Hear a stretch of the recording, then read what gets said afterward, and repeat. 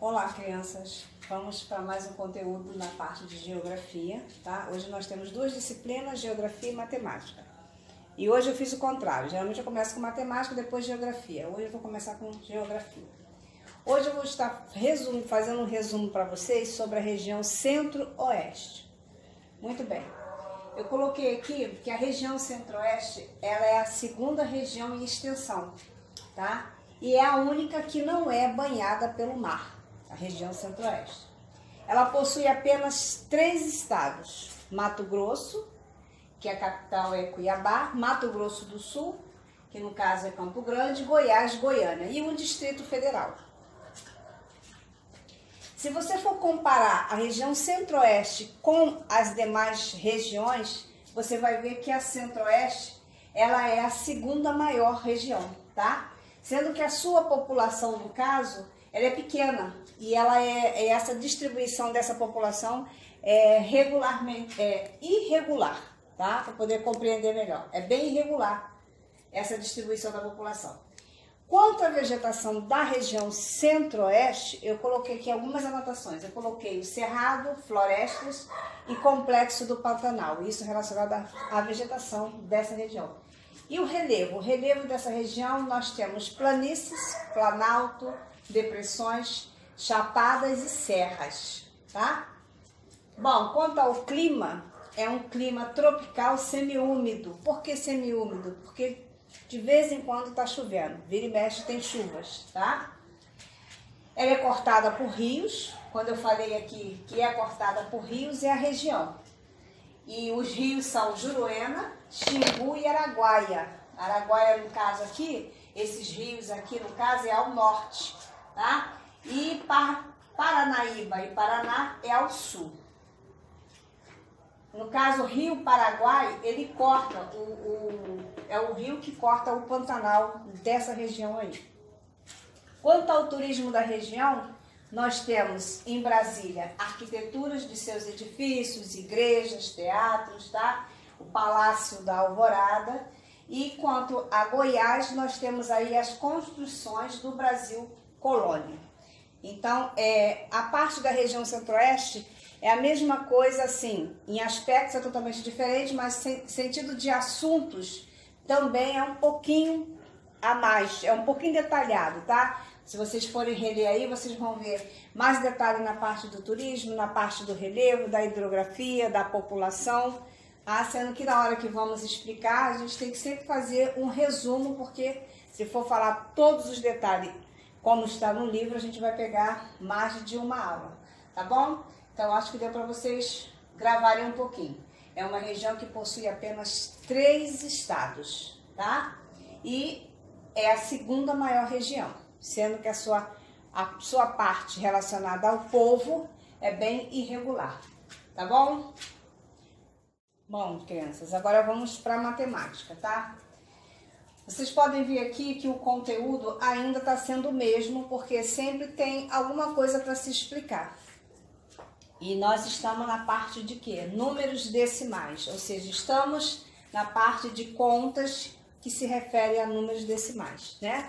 Nas outras aulas eu falei para vocês sobre contas de números decimais na parte da adição, subtração, multiplicação e a divisão. A divisão há uma necessidade de falar um pouquinho a mais. Então vamos lá, eu coloquei alguns exemplos aqui, inclusive tem no livro de vocês, que com certeza vocês compreenderam, mas eu vou reforçar aqui.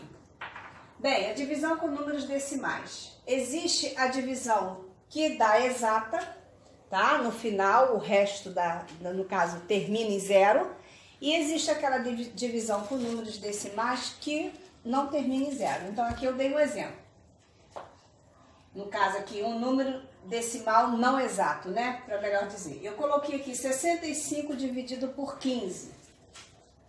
Aí eu fiz o procedimento igual no livro deu o exemplo da divisão um pouco mais detalhada, que eu também posso dividir direto, tá? Mas aqui eu fiz assim para vocês compreenderem melhor. 65 por 15 deu 4, tá? Então 15 vezes 4 dá 60. Sobra 5. Eu preciso continuar a conta, eu já expliquei isso. Eu coloco a vírgula aqui, acrescento o 0 e continuo dividindo. Aí eu fiquei com 50 para dividir por 15. No caso deu 3, tá? 15 vezes 3 dá 45. Se eu colocasse o 4, passaria desse valor. Por isso que foi 3, deu 45. Peguei o 45, coloquei embaixo do 50 e diminuí. Que sobrou aqui, deu 45 de novo. Aí o que eu pude observar? Que a resposta dos números seguintes, tá? Vai continuar sendo 3. Ou seja, essa divisão, ela não vai ter um término. Essa divisão, o resultado dela vai ser infinito. Então, o que nós fazemos? Não há necessidade de você estar repetindo o número 10, 7, 8 vezes, se ele é o mesmo, né? No caso aqui foi 3, 3, 3, e já sei que se eu continuar a divisão, vai continuar sendo 3, 3 e 3. Aquilo que nós fazemos, a gente coloca as reticências, dando a entender que é um resultado da parte do quociente, infinito, tá? Acho que deu para vocês compreenderem aqui. Bom, a unidade foi transformada em décimos, os décimos em centésimos, os centésimos e milésimos, como eu tinha explicado na outra aula. Acabei reforçando ali, escrevendo para vocês que o resultado é infinito, nesse caso aqui. Agora aqui eu dei um outro exemplo, tá? Diferente. Aqui eu fiz o contrário. 36 dividido para 72. Automaticamente, quando olhamos assim, você olha o número assim, mas não tem como dividir 36 para 72, porque 36 é um número menor que 72, tá? Tem. Se eu estou na escala de números decimais, eu também vou dar um jeitinho e vou conseguir dividir. O que nós fazemos? Se coloca um zero no quociente, tá? Vírgula. E esse zero aqui no quociente, eu vou precisar dele para acrescentar no 36, para que esse 36 fique um número maior em que eu possa dividir. Foi o que aconteceu aqui. Eu acrescentei o zero e eu fiquei com 360. 360 dividido para 72 vai dar 5. E eu multiplicando esse 5 por 72, dá 360. Aqui deu... Essa conta aqui terminou em 0, tá? Porque se vocês forem fazer a conta aqui, tá? Posso até fazer aqui para vocês. 5 vezes 2, 10, vai 1. 7 vezes 5, 35 e 1, 36. Então, o 5 foi o número exato ali para fechar o valor de 360. Nem sempre isso acontece, tá? Isso foi um exemplo aqui que eu dei para vocês, para mostrar que também existe como dividir um número menor que o que tá para dividir, tá? O da frente menor, o que tá aqui no divisor sendo maior, como é que eu consigo dividir? Eu consigo acrescentando zero. A mesma coisa eu fiz aqui, ó. 1 dividido para 4. 1 dividido para 4.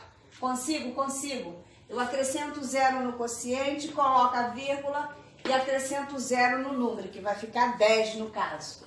10 dividido para 4. Vai dar 2, não tem como ser 3, porque 3 vezes 4, 12. Tem que ser o 2, que é o que se aproxima. Deu 8, né? Nós colocamos o 8 embaixo do número, diminuímos. 10 tira 8, 2. Acrescento o 0, que eu tinha acabado de falar. Fiquei com 20. 20 dividido para 4 vai dar 5. 5 vezes 4, 20. E eu consegui terminar a minha continha, tá? Aí aqui eu coloquei para vocês algumas observações. O quociente é 0 e o resto é igual ao dividendo, tá? O resto é transformado em décimos, que é multiplicado por 10 e é colocada uma vírgula no quociente para dividir os décimos, tá bom? Falando assim as regras rápido, parece ser um pouco complicado, difícil, mas não é não. Quando começamos a praticar a conta, a gente consegue perceber que é muito fácil, tá? É muito fácil. E não tem como você ter dúvida. Ah, eu tenho lá uma divisão, a professora passou uma divisão, ou eu vou fazer uma provinha em algum lugar, eu vou ver números dividindo e vou observar que logo no início aquele número está menor para ser dividido.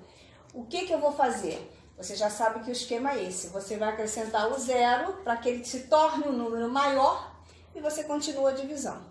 Tá bom, gente? Então, por hoje é só. Beijo!